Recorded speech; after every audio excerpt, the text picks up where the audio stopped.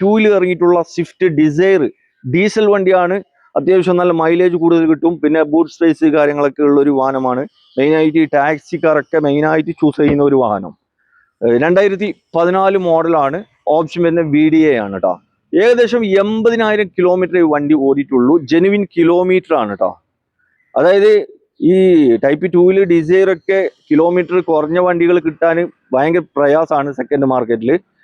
അതുപോലെ തന്നെ ഈ ഒരു വാഹനം എല്ലാം കൊണ്ട് പെർഫെക്റ്റ് ആണ് കേട്ടോ. അതായത് എഞ്ചിന് പരമായിട്ട് എല്ലാം ഫിറ്റാണ്. അതുപോലെ തന്നെ മെക്കാനിക് ഫിറ്റ്, പിന്നെ ബോഡി പരമായിട്ട് റീപ്ലേസ് ഒന്നുമില്ല കേട്ടോ. മെയിൻ ക്ലാസ് പോലും റീപ്ലേസ് ഇല്ല.